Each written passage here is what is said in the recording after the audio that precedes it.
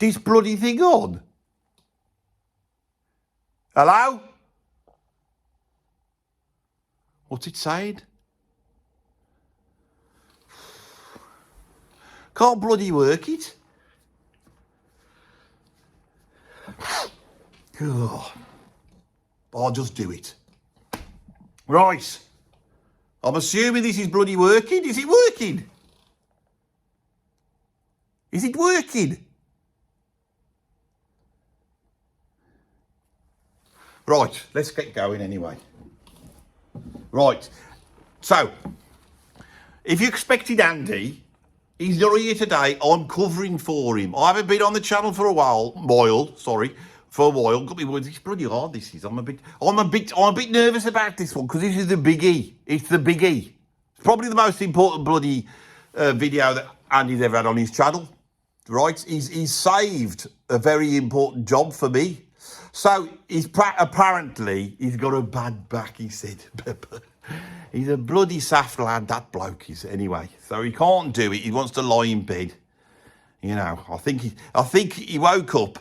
I know what's happened because he gets up in the morning, right? And I think he went downstairs and he saw his wife had got a nice big Battenberg cake. So he's thinking, bloody hell, I can go to work or I can sit at home, stick a good war film on because he loves a bloody war film. He says, I've got a Where Eagles Dare special edition Battenberg cake, make myself a couple of Earl Greys and I'm away. You know, so he's ringing me up going, and he's going like, hello, Dave, I've got a Battenberg cake. And I thought, I've got a bad back. I mean, not Battenberg. I know they sound similar. He said, I've got a Battenberg cake. I said, did you say Battenberg? He said, no, I meant bad back. And so he's not here anyway. He's not bloody here. And he said it was a very important job needed to be done. Because he wanted someone, well, he was going to do it. He was going to do a very important one. This is a big one. This is the 10 greatest albums ever made. So he's on the phone. He goes, Dave, he was Andy. He goes, Dave, could you do the 10 greatest albums of all bloody time? Can you do that for me? And he said, I said, on one condition that you call it the 10 greatest albums of all bloody time. He said, I'll do that for you, Dave. Right? Just to differentiate it to any other videos on YouTube. Because they're not going to call it that, aren't they? I said, so what do I got to do, Andy? He said, it's quite simple. You choose what you think are the 10 greatest albums of all time. And I said, what do I think? He said, yeah, you're the one doing the video. So you decide what are the 10 greatest. Oh, I thought, bloody hell. That's a bit of a conundrum, isn't it? So that was the task I was given by Andy. So I went through my record collection and I've got 10 albums here. These are my 10 favourite bloody albums. So I'm pulling them all out, right? I've got about 5 deep. And Beryl, the wife, she goes, what you bloody doing, Dave? And I said, what do you mean? She goes, every single one of those bands is from Birmingham. I said, so? She said, you can't have them all from Birmingham. I went, why not? Everyone knows that all the best albums come from Birmingham. She said, people are getting annoyed. It's got a worldwide audience, Andy. It's not just Birmingham people. You've got to put some other people on there. I said to him, what shall I do? You want to ration how many bands are from Birmingham? Is that what you want, Beryl? She goes, well, yeah, I think that's a good idea. So she let me have 2. And one of those isn't really from Birmingham, but I wanted to put them on. So, yeah, that's what I've got 2 from Birmingham. Right, now, I'm going to start, shall we? Right, now, these are sort of ranked. They ranked, these are. I'm just making sure. I'm just refining the order. I'll come down here. Right, so I think I'll start. So these are ranked in order of greatness. So the number 1, I think, is the greatest album ever made. So that's a bit of a... But, you know, you're going to get excited here because at the end of this, you'll all know what the actual... You're probably thinking the album that you think's the best one is the best, you know. But you're wrong. It's what I think it is. Because Andy said, right, so let's have a go, shall we? At number 9, in the greatest list of the greatest bloody albums of all bloody time, I've got 2 bloodies in there now, who said I could only have 1. The 10 greatest bloody albums of all time. At number 10, I have got this one. He said, hold them up, because I could use them for thumbnails. Right, so this one is called Let There Be Rock by AC/DC.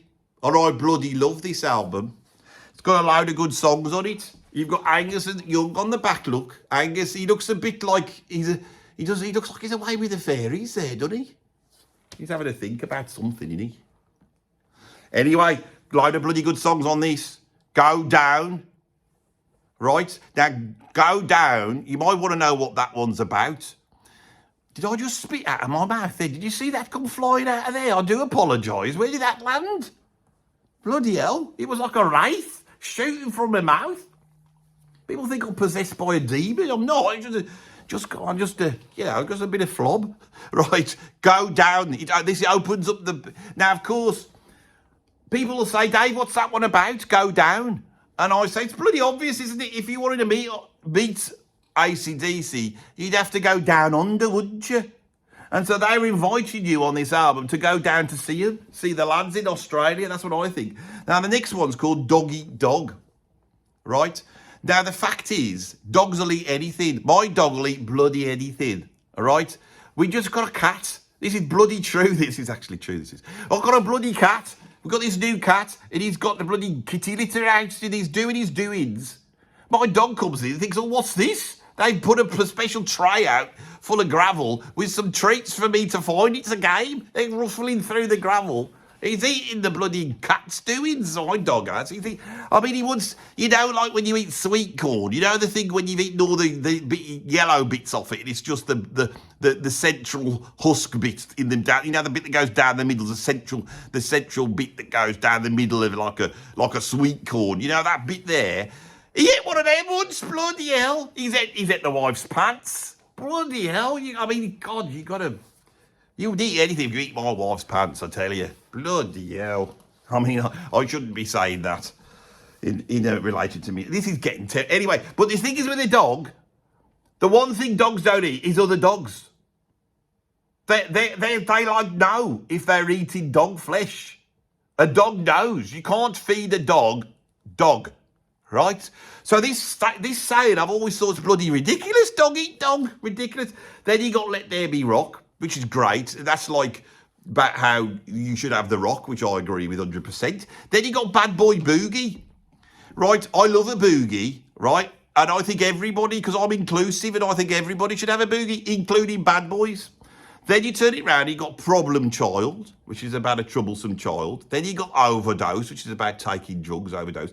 Then you got one called Hell Ain't a Bad Place to Be. Well, that's an oxymoron, isn't it? I did say that when I once met Cliff Williams from AC/DC. I said, that song you're on, that one, Hell Ain't a Bad Place to Be. The whole idea of hell, it is a bad place to be, by definition. So if you were there, right, if it wasn't hell, i.e., it was a good place to be, you'd go, is this hell? Go, not really. So, and it doesn't make bloody sense. But he just turned around and said, I never played bass on that one anyway. It was Mark Evans. He was right there. Got me facts wrong. And then, of course, you got Whole Lot of Rosie, which is about, that's about having nookie with a fat bird. Right? They used to write songs about stuff like that in the old days. Old Robert Plant, right?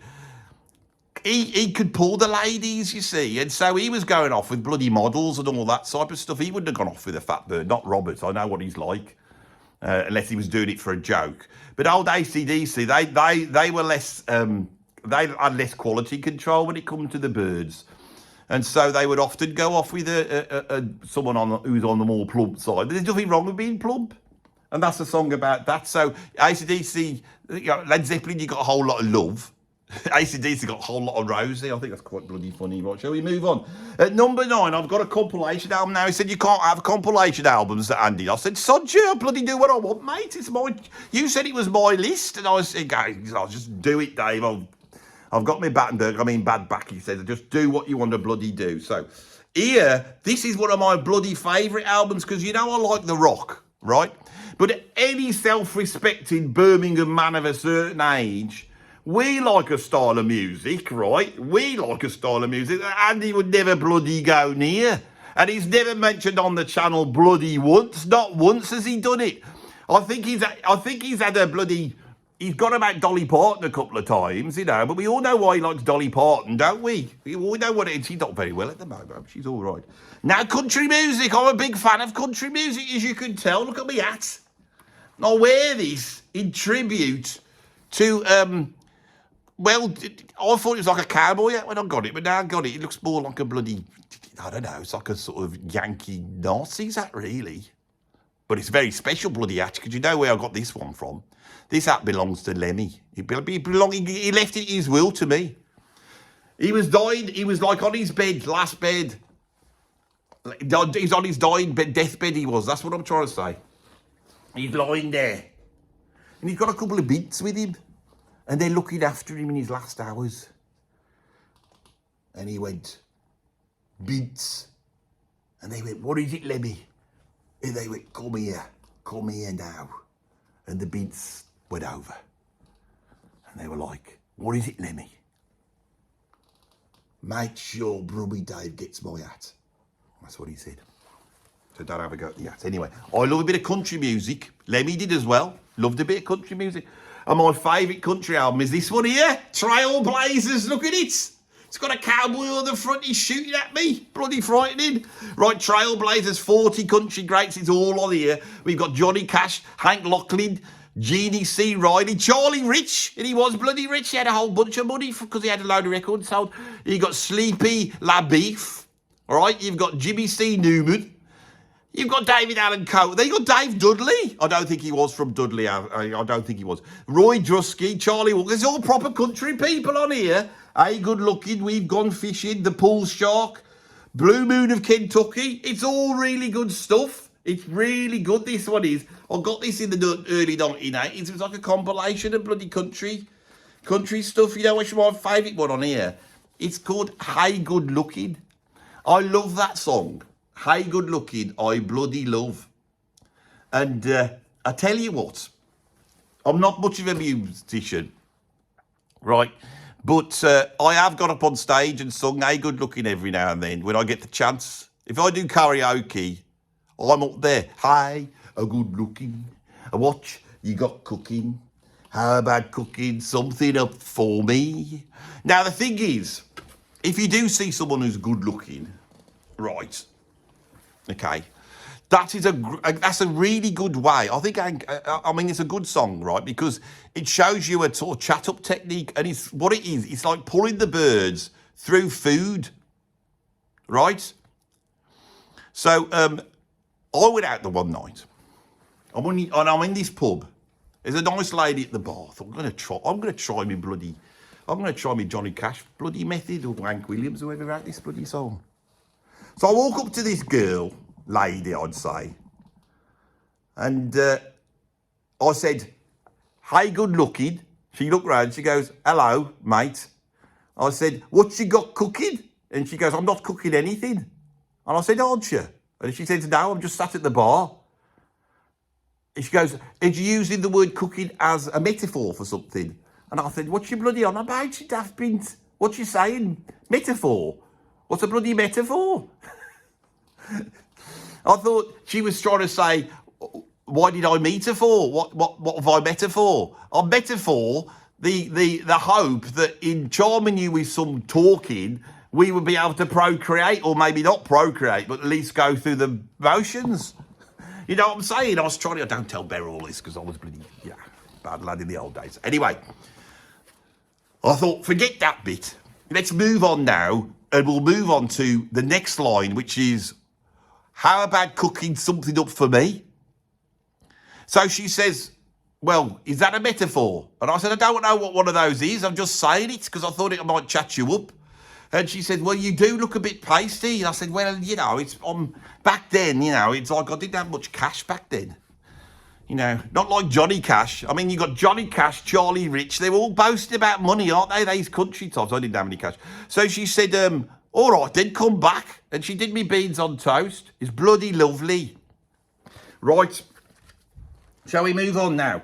Right, at number, what was that? I've done 10. Then I've done 9. Have I done 2? 10, 9. That's right, isn't it?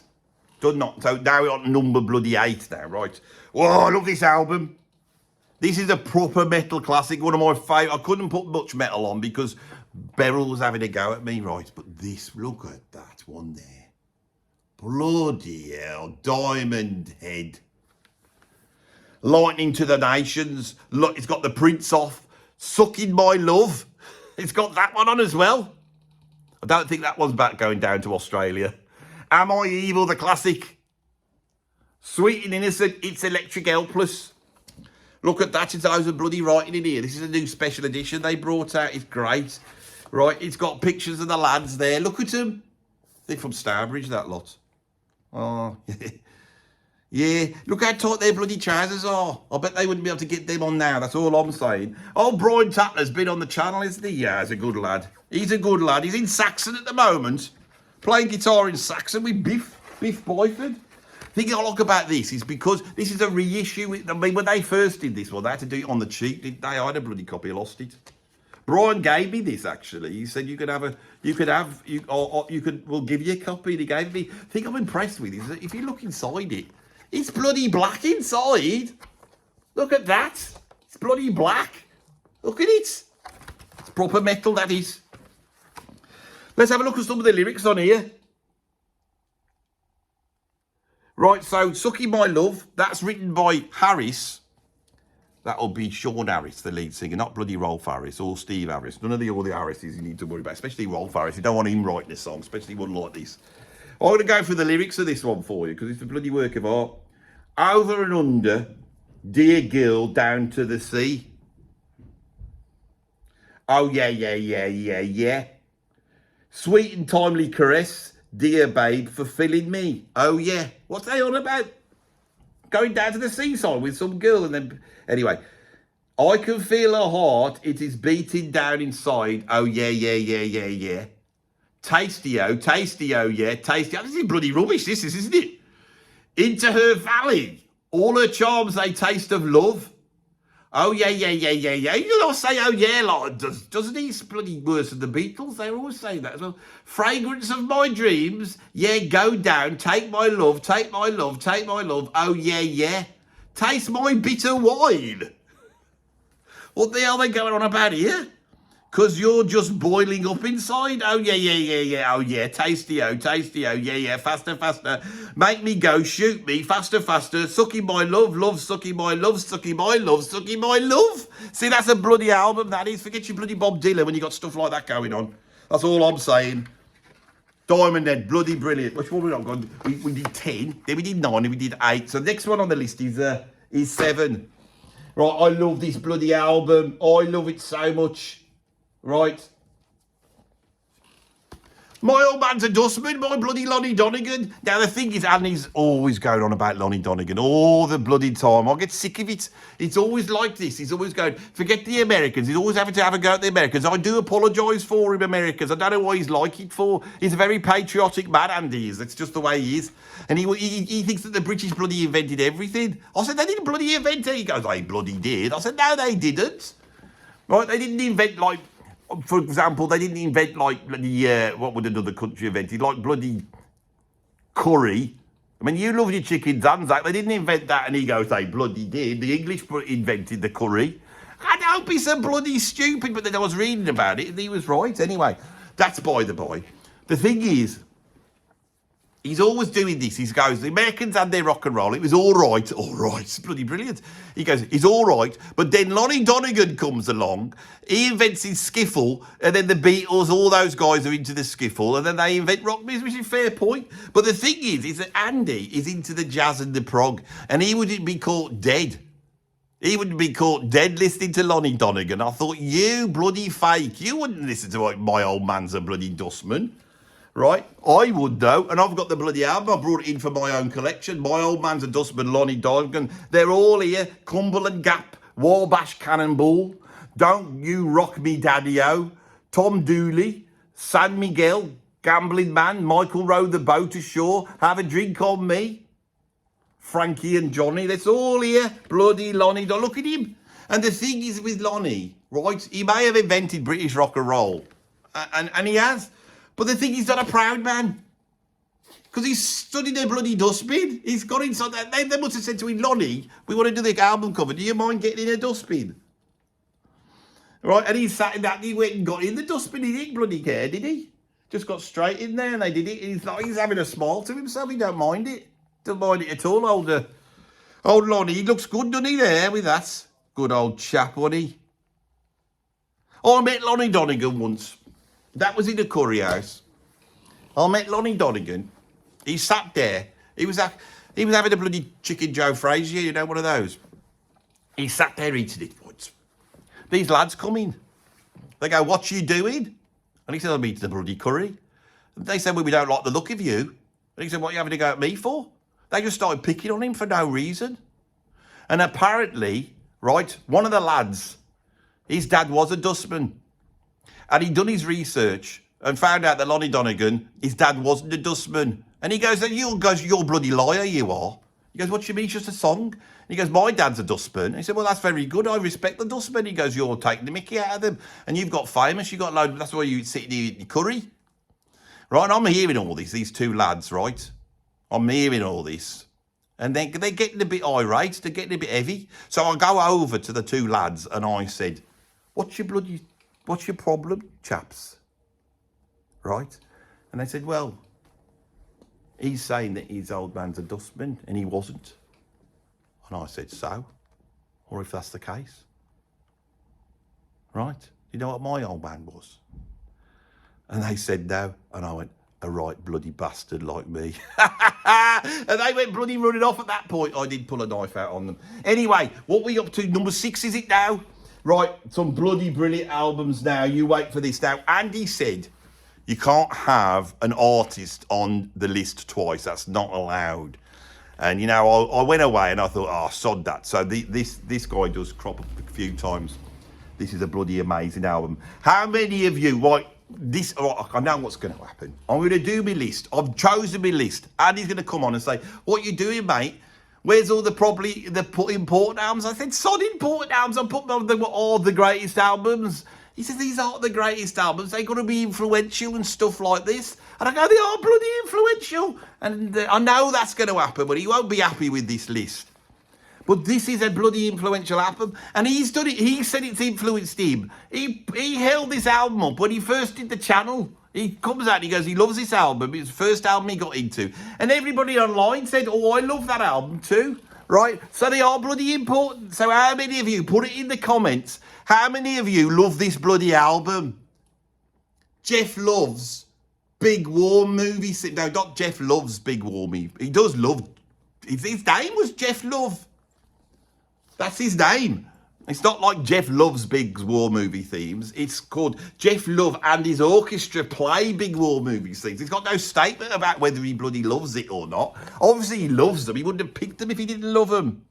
This is a bloody amazing. So what this is Geoff Love, who was around in the like 60s and 70s. He had a bloody orchestra. They did that Manuel in the Mountains, you know, not the bloke out of Fawlty Towers, though. I'm sorry, I know I go down a rabbit holes. I can't help it. I'm very particular. I like to make sure everyone knows what I'm talking about. You probably, I mean, if you're American, you don't know anything I'm bloody talking about. Anyway, that's not the point. So what have we got on here? We've got Geoff Love's versions, which are always bloody better than the originals. Always. They're bloody better. You've got Colonel Bogey on here from Bridge Over the River Kwai. You've got the theme from Lawrence of Arabia, Guns of Navarone, Battle of Britain, Longest Day, Where Eagles Dare. Broadsword to Daddy Boy, broadsword to Daddy Boy. You know that, if you've seen Where Eagles Dare, I bloody love that film. You got Clint Eastwood in it, you got Richard Burton in it, you got Mary Ears in it, and you got that bloody one that was in the horror films. Whoa, Ingrid Pitt, you know. Do you know that she is related to Brad Pitt? Probably, because they got the same surname. That's what I think. Anyway, bloody Ingrid Pitt, lovely. Now, the bloke, if you watch Where Eagles Dare, the bloke who's telling Richard Burton what to do on the radio, broadsword, right? He was played by an actor called Patrick Wymark. And you're not going to bloody believe this. This is true.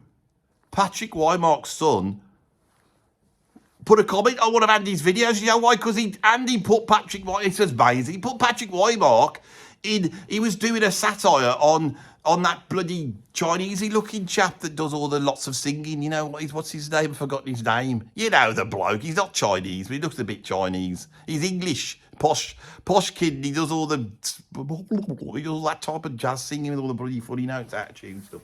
Jacob Collier, that's the one. Anyway, yeah, so Broadsword, his son's been putting comment on the bloody channel, can't believe it. 663 Squadron, Damn Busters, love that. Great Escape March, the Green Berets theme, East Paris Burning. Someone's done a painting on the front. Look how good that bloody painting is. Someone's done that there. You know, that's John Wayne there. That's Peter O'Toole. You got some bloody German playing a Spitfire coming and beat them up. Oh, I bloody love it. That's off Bridget. That's a bloody brilliant album. This is. That's what I got at number 6. Right, shall I move on to number 5? At number 5, I've got this album. Geoff Love's big bloody suspense films. Yes, I've put him on twice. I know this is a bit much.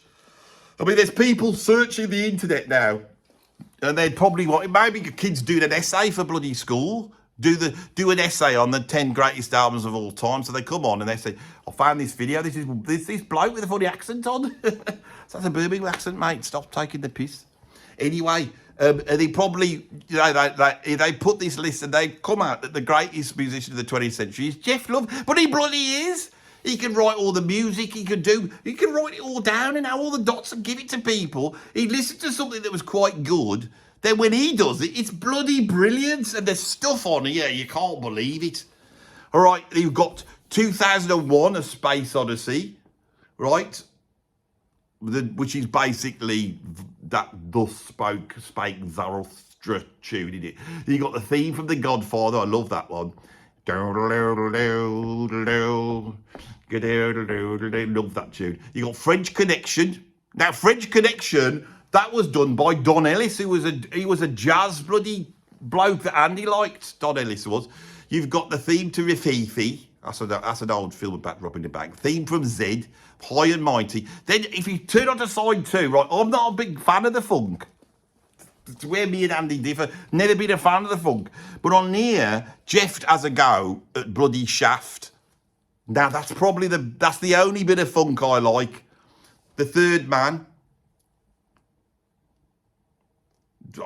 Hang on, I got confused then, didn't I? I think I did the Third Man theme for The Godfather. Well, I'm bugging it up now. In the Heat of the Night, Quincy Jones. Airport, Diamonds Are Forever. Love that, Diamonds Are Forever. And then they got Frenzy, the theme to Frenzy. That was by Ron Goodwin. Ron Goodwin was good. He did a lot of stuff like Geoff Love. We don't get as good as Geoff Love. Look at that cover there.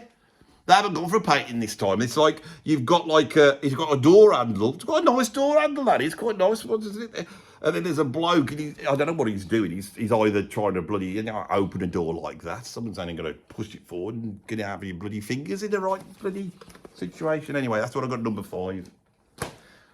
Right, we're about halfway through the 10 greatest albums of all time. 10 greatest bloody albums of, I can't remember what it was, but a lot of Geoff Love, isn't there? 2 Geoff Loves, you know. You can't really put a 3rd Geoff Love in, can you? Yes, you bloody can. I've got one here as well. Yes. Geoff Love and his orchestra play your top TV themes. They're all here. O'Needing Line, Casanova, Persuaders, Hawaii 5-0. And look, they've gone for a painting. Now, I've got to be honest. This bloke earned his money, didn't he? He earned his money and he used paint for this cover, actual paint. And then this one, it's just bloody felt tip, isn't it? There's no problem there. It's a good, I mean, I've got to be honest. It does, at least it looks a little bit more like him than the likenesses are good. I mean, that Sid James is bloody brilliant. You got Tony Curtis, Roger Moore there. Right? You got that fella, remember him? Can't remember his name. He's kicking a ball. That's a footballer. Right, yeah. You got a bow to the car. What was his name? Anthony Quayle. Anthony Quayle. Hawaii 5-0, Crossroads, Bless This House, Match of the Day. This is very Euro-centric. This is, I mean, UK-centric this is. But it's a bloody good film. I haven't ranked these 3. I probably think Big War Themes is at the top of them. Right, we're down to the last 3 now. So we've got 3, 2, 1, and they're not bloody done. I'm enjoying this, right? So, you'll probably be surprised with this one. You're going to be surprised with this choice. But at number 3 of the greatest albums of all time, I've got Spirit of Eden by Talk Talk. This is a bloody brilliant album. Talk Talk were a band in the 80s, and they came out, they had a number of hit singles, and they were part of that sort of new wave, new romantic, but they weren't really a part of that. And they sort of took certain progressive ideas that we'd seen like in bands in XTC, and there was a certain line, and Talk Talk had that. They had that sort of 80s pop interest, but they also had an interest in the English aesthetic, as Andy would say, and they sort of, there was a woody sound to them. And they could evoke the English countryside at will, but they also had a deep interest in Americana and blues and stuff like that. Their singer Mike Hollis was a bit of a bloody genius, and he had some strange production processes. And as they went on, they moved to this album, which is a very interesting album because it's a lot more acoustic and woody, and the production's quite incredible. The tracks all seem to bleed together into one great big sort of trancey English aesthetic epic. It's an absolutely monumental album. This is very simple. Now, Mark Hollis, when they produced it, he used a very special technique because he wouldn't let the musicians know when it was night or day, and he'd get them, they'd have to perform into a strobe and see all the flashing lights, and that would disorientate them. And you can almost feel that coming off the record. This really is one of the greatest albums ever made. And I feel that I had to represent that in this list, at least have one album. Oh my God, what has happened to me? Stop it. Sorry about this. I just got to sort something out here. Just leave it to me. Andy, get out of my bloody head. I know what you did then. This is my list. Dave, I've had to embody you from the astral plane. I have been sat here listening to your list, and it's absolutely ridiculous. And so I've been sat here meditating for 2 hours to try and be able to take over your body to at least put a proper great album on your list. We need at least one. I mean, you've got like all this Geoff Love rubbish. Bloody Geoff Love's great. No, it's not, Dave. It bloody is. No, it's not, Dave. Talk Talk Spirit of Eden really is one of the greatest albums. And when I did my 10 greatest albums, I missed it off. And it's one of my favourite albums. I thought I've got to represent them. And we got a lot of people on here, and they know their music, and people have said, what do you think about Talk Talk? And at least people now know that I like them. It's not your bloody list. I've never heard of this. Talk Talk. What the hell's going on here? I was starting bloody talking. I held it up, and it's like you got inside my bloody head, Andy. It's done my head in. Literally, you done my head in. Look, mate, I had to do it, Dave. You know, I'm now going to leave your body. Right, I'm going to leave your body, and you can finish it off. You've got 2 and 1 to do. You can do whatever you want there. I've got me Talk on. I mean, it is my channel, Dave. I know it's your bloody channel, but you're supposed to be at home. I am at home. What you bloody doing? Watching Where Eagles Dare? I've done the Where Eagles Dare bit. You said I had to mention it, and I've put it in. I said the Patrick Wymont. I've said everything you wanted me to do, Andy, everything. And then you're still not good enough. You've got to put this bloody talking band in. Bloody hell, what's going on here? All right then, Dave, I will leave you now, okay? So just close your eyes and I'll be gone. There we go. Delete. Oh, still bloody hell, Andy's a bloody trickster, isn't he? Bloody trickster. What we got at number? This is a bit weird bit that was, wasn't it? It was a weird bit. It was almost like it was almost like I was covering in it because I went into Andy's accent I forgot what I was talking about, and I just started talking normally. It's getting all a bit weird now. This is I'm not. See, sometimes I have a feeling I am Andy, and when I've spoken to Andy about it, he sometimes thinks he is me. There's some sort of psychic link between us, and I don't know what it is. It's very weird. Almost like I'm his alter ego. I'm like what he would want to be. Does that make sense? Yeah. Now, normally, when I appear, right? Bloody hell, I buggered up here. I can see why this video's gone wrong. Hang on, you wait there. I'm back. Right, we're on track now. Right, don't worry. I know what the bloody problem is. Forgot to put these on, didn't I? That's bloody better. Right, there we go. We'll have no Andy bloody spoiling the last two now. Now, I forgot to put them on, didn't I? Just bloody realised it. Forgot to put them on. Didn't have the full effect, did I? No, that's more like it. Full Brummie Dave. Shouldn't be wearing Andy's glasses. It don't work, does it? Don't work. Too much like Andy. I don't know what went on then. Call it a psychotic episode. Let's just move on and forget that ever bloody happened, right? I'm a professional. Andy's a professional. We know what we're doing here. That's the way it was. So just forget all that bit. So at number 2, I have got the most important album ever made in the history of albums, Paranoid by Black Sabbath. I nearly put the first one on, which is a great album where they invent heavy metal, but they refine heavy metal here. It's a bloody good album. I've put myself off now, and I'll show you inside it.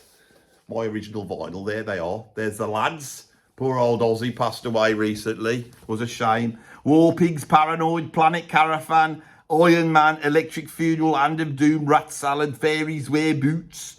Right, of course, you probably know me from my videos on here where I've gone through the Birmingham music scene and I've spoken about Black Sabbath at length. And so I don't really want to say much more, but I've said it all before, really, about Black Sabbath. But I suppose I knew the lads in the old days, so, you know, it's worth me, you know, I might recall, I've got many stories about them, many stories, okay? So I might recall one of my stories about them, which will give you a sort of insight into Black Sabbath, all right? In the old days, you got like Ozzy Osbourne, you got Tony Iommi, you got Geezer Butler, and you'd got like Bill Ward. Now, the thing with them, right, they were good, a bunch of lads. But Geezer, he was into a lot of strange stuff. Like, he was into sort of quite spiritual stuff. And he used to meddle, if you know what I'm saying. He used to meddle in the dark arts. Geezer did. Right? Now, the thing was, he's meddling in the dark arts. Because he was like, I mean, I don't know what he was doing. I don't know what meddling he was doing. I think he's just watching a lot of bloody horror films, you know. But anyway, I think he'd been on the wacky back. He watched a few too many horror films. He wakes up at night and there's this great big black shape at the end of his bed. This is famous. Everyone knows this. And this is how heavy metal was invented, was by that black shape. Okay? Now, I've got a confession to make here. I think the time's gone past. I have mentioned the facts on other things that Geezer Butler has got a problem with me. Right? He has got a problem with me. And when they did their last show, I got in touch with Geezer. I said, any chance of a ticket? He said, don't come near me, Dave. I don't want you. I'll put one of them court orders out. You're not allowed to go within 50 yards of me and all that. So I can't bloody invite you. You're not coming, mate. And this might be a bit of a mystery to you. Right? So I'm going to tell you the truth now. Right? Back in the old days, me and Ozzy, we used to make a bit of extra cash by burgling. And I said to Ozzy, I said, when you go a burgling, I said, wear gloves. Because then, if you got gloves, when you break into the house, there'll be no fingerprints, will there? Ozzy went, that's a bloody good idea. You know what he went and got? Fingerless gloves. Right? So they arrested him. And he went in trouble. He was put away. Now, Geezer, right? Geezer had an incredible collection of Toby jugs. He was really into his Toby jugs. He got this great big collection. And I was chatting to Ozzy one day, and Ozzy says, you know, old Geezer, he's got an incredible collection of Toby jugs. He loves them. He said, but my mate down the market said he could flog them. He could get $5 a jug. I said, bloody really? I said, well, we should go and have them, shouldn't we? And Ozzy says, I can't be going and stealing off Geezer. Never let him know. He'd had the idea and he'd thrown it away. It was an idea, you know. I mean, anybody tempted by Toby jugs is going to think, you know, maybe I should go and grab those for myself. So Ozzy tells me this. And because he bloody done the fingerless gloves thing, he thinks, you know, I can't be doing it. But I thought, I'm going to have a go. So one night, I nipped down to Geezer's house, right? Have a look round. His window not being properly locked. Always a bad thing when I was around. I'm not like it now. Bloody hell, never do anything like this now. In the old days, it was different. So, open the window, right? And I thought, bloody hell, I can't be seen. Because Geezer knew me. I thought, I can't be seen. So I got this big black blanket thing. It was like a big black blanket. And I put it over me like this. I got 2 eyes cut out. And I'm sneaking through Geezer's house, right? And I go across his bedroom. And now, you could tell he stunk of marijuana, his bedroom. Did he was bloody out through the count like this. Geezer's there snoring. I thought, there's no bloody worrying me. I've got my sack. I go in and I start putting all the Toby jugs in. I'm putting hundreds in. Don't get them all. All brilliant ones, Who's this? Oh, Samuel Johnson, bloody brilliant. Oliver Cromwell. Oh, he's got the whole bloody, he's got everybody here. Brilliant it was. I'm putting him all in like this, Is that Edward? Is that Edward Pitt, the younger? And I'm thinking, I wonder if they were related to Brad Pitt and Ingrid Pitt. That's what I'm thinking. Edward Pitt, was that his name? Edward Pitt is one of the. There was 2, wasn't they? Well, I think he had them both in Toby jug form. So I put all the Toby jugs in, and I'm coming across like this, and they're clinking. They're clinking together. They're making a bright racket, and I'm turning around and saying, lads, quiet it down in there, because I think they're bloody real. Look at all these faces in the dark. I'm going, chaps, calm it down like that. Right, with my sack of with Toby jugs, I'm coming across like this. And at this point, you aren't going to believe it, Geezer is snoring away, suddenly snoring stuff, and he looks up. And he turns around and he goes, he made me laugh really, because he goes, what's this great big black shape standing before me? And I thought, what am I bloody going to do? So I thought, I've got to come up with something, haven't I? And I went, don't worry, Geezer, I'm just Satan and I'm just doing some satanic stuff. Go back to sleep. And he gets really upset by this. And then he turns around and he goes, oh no, please, God help me. And I said, God will help you, don't worry. And then he goes, have you got my Toby jugs, Satan? And I said, no, I was just checking them out to see if you got one of me. And you've got no satanic Toby jugs in there. You're all right, mate. I'll leave them back here. And I dropped them there and I scarpered out of there. The next day he's ringing up Ozzy. I'm not going to bloody believe it. I had a bloody big black shape in it. And I thought, and he'd written a song about it. Right, so I didn't want to say this. The bloody cat's out the bag now. But the fact is, the only reason why we bloody have heavy metal is because of me. If I didn't have a want for Toby jugs, there would be no bloody heavy metal. And that's the bloody fact. What you want to know is number 1, right? Right, we need to have a drum roll for this. Can we have a drum roll, everybody? Oh, I mean, there's enough bloody drums in here, isn't there? Hang on, I'm going to do a drum roll for this. Andy's done a million bloody top 10s. And he's never done a bloody drum roll. So here's a drum here. Right, so, ladies and gentlemen, I hope you've enjoyed this excellent video. I've got my drum here like this, right? Okay. So I am now at number 1 and I'm going to do the number 1 greatest album of all time you've been sat here waiting for and you want to know what it is. And this is the greatest album of all time. So ladies and gentlemen, the greatest album of all time is...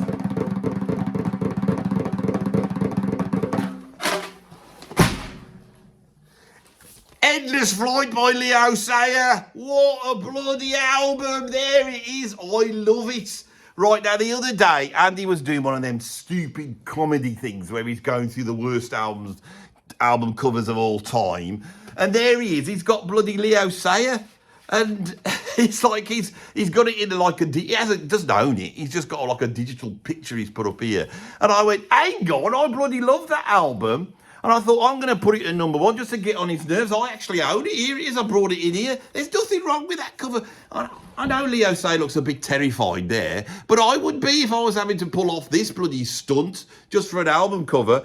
And the thing is, what Andy didn't mention is you've got him there like that. He's jumping up in the air like that into the sky. But if you turn it round, you can see he's falling down like that. Look at that. That's Budgie didn't even mention that bit. Bloody lovely album this is. Really good. Leo's all over it. Look, you've got Leo here, right?